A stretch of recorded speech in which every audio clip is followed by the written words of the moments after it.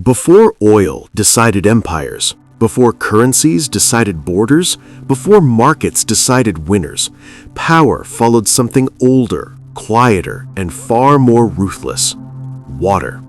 Not as a metaphor, as a mechanism. Whoever controlled water decided who ate, who farmed, who stayed, and who disappeared. Modern conversations treat water conflict like a future risk, something climate change will bring later. That's comforting and completely wrong. Water has always been political, it has always been rationed, and it has always been fought over, not because it was scarce, but because it could be controlled. Water doesn't create power by existing, it creates power when it's organized, diverted, stored, and denied. The moment societies learned that, they also learned how to rule. Welcome to the hidden ledger, where money, power, and history collide, and nothing is ever as simple as it looks. Civilization didn't begin with trade, it began with irrigation. The first cities didn't rise where land was richest or climate was kind. They rose where water could be managed. Mesopotamia, Egypt, the Indus Valley, the Yellow River Basin. These weren't accidents of geography, they were early experiments in control. Rivers flooded without warning, they destroyed crops, they poisoned soil with salt. Left unmanaged, they were as dangerous as they were life-giving. To survive, societies had to coordinate. Canals had to be dug, levees had to be repaired, floods had to be predicted. Someone had to decide when water flowed, where it went, and who was allowed access. That someone became authority. In early Mesopotamia, irrigation canals stretched for miles, turning desert into farmland. But canals don't maintain themselves. They require labor, timing, enforcement. If one city diverted too much water upstream, the city downstream starved. If a canal collapsed during flood season, fields turned to swamp or dust. Water allocation wasn't an environmental issue, it was a political one. City-states fought over canals the way later empires fought over ports. Sabotaging irrigation was often more effective than attacking walls.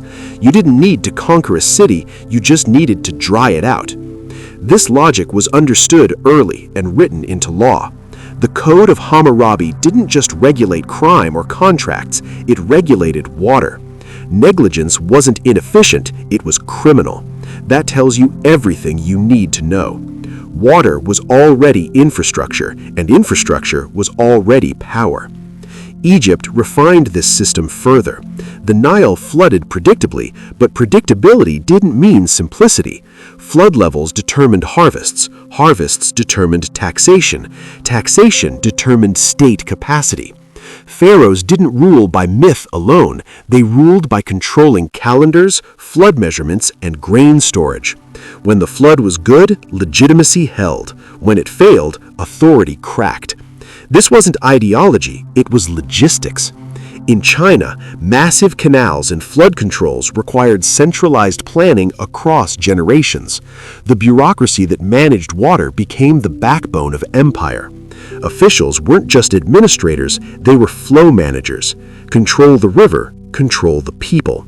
Rome reached the same conclusion from a different angle. Aqueducts weren't built for comfort, they were built for stability. Cities dependent on Roman water were cities tied to Roman authority. Maintenance required imperial funding, access required loyalty. Water flowed downhill, power flowed back to Rome. And when water stopped flowing, cities emptied. Here's what modern narratives keep missing. These societies didn't fight water wars because they lacked water. They fought because water systems created leverage. Scarcity was rarely absolute. Control was everything. As irrigation expanded, populations grew. As populations grew, dependence deepened. Coordination required authority. Authority demanded compliance. This created stability, for a time, and fragility. Because once survival depends on a centralized system, failure becomes catastrophic.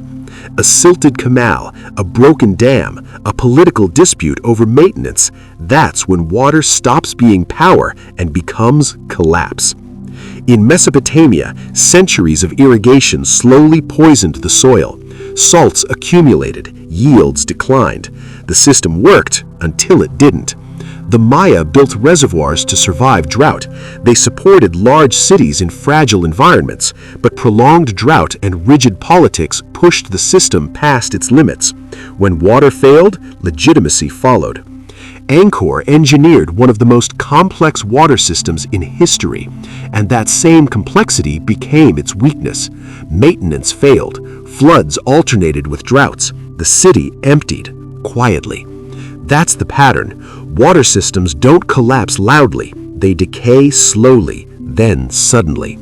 Maintenance budgets shrink, coordination frays, small failures compound. By the time crisis is visible, adaptation is already too late.